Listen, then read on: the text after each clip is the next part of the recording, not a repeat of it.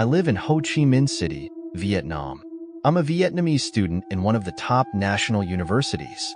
Before the Lunar New Year celebrations last year, some friends asked me to join them up in Cat Tien National Park for a short camping and hiking trip. It's a nature and wildlife reserve a few hours outside the city, which is popular with hikers, nature enthusiasts, and those looking for a low-key break from the hustle and bustle of the city. We were going to be hiking into the deeper parts of the overgrown jungle for a couple of nights before we'd all head back and go our separate ways for the rest of the holiday. Although the place is an official hiking area in Vietnam, the park rangers generally discourage anyone from veering off the main paths, and on this particular trip, they were especially hostile at the ranger station over our plans to wild camp for a couple of nights. In the end, we agreed we would try to find one of the more remote goose houses for the second night, just to get them off our backs. We started our hike by following one of the river paths, stopping for the occasional photo opportunity or to dip our feet in the water to cool off. It was at this point we noticed some odd rudimentary toys made out of dried leaves tied together. There were probably about 8 to 10 scattered over rocks covering about a half-mile area. It was creepy, but not unnerving, as a youth group could have easily left them behind for someone to find. After this, we headed off into thicker jungle with primeval trees everywhere. The overgrowth is thick, and you couldn't see 20 feet ahead of you at times. As the light started to dim, we found an open patch under a giant tree that looked good for camping.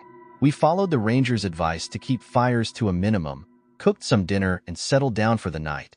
It wasn't long that I'd been asleep in my hammock when I could hear movement in the tree line. I took a look round to see if any of my friends had got up, but they were all asleep and accounted for. The movement was getting nearer, and it sounded like a large animal or a person. I assumed it could be a bear or wildcat. As a precaution, I woke up one of my party so we could take a look together.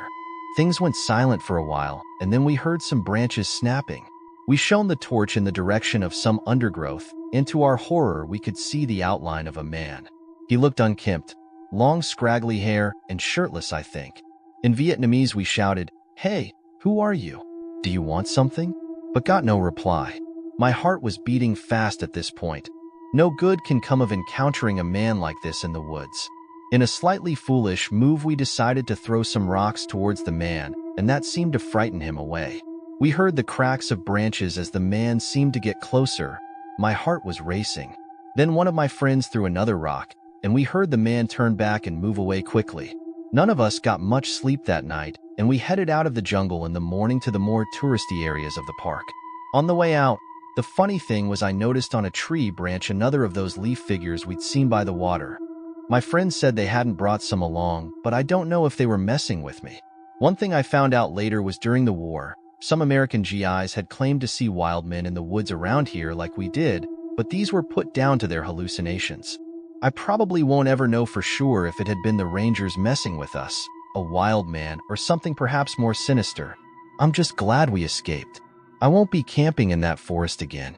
If you enjoyed that story, please like, comment, and subscribe for more chilling tales from Asia.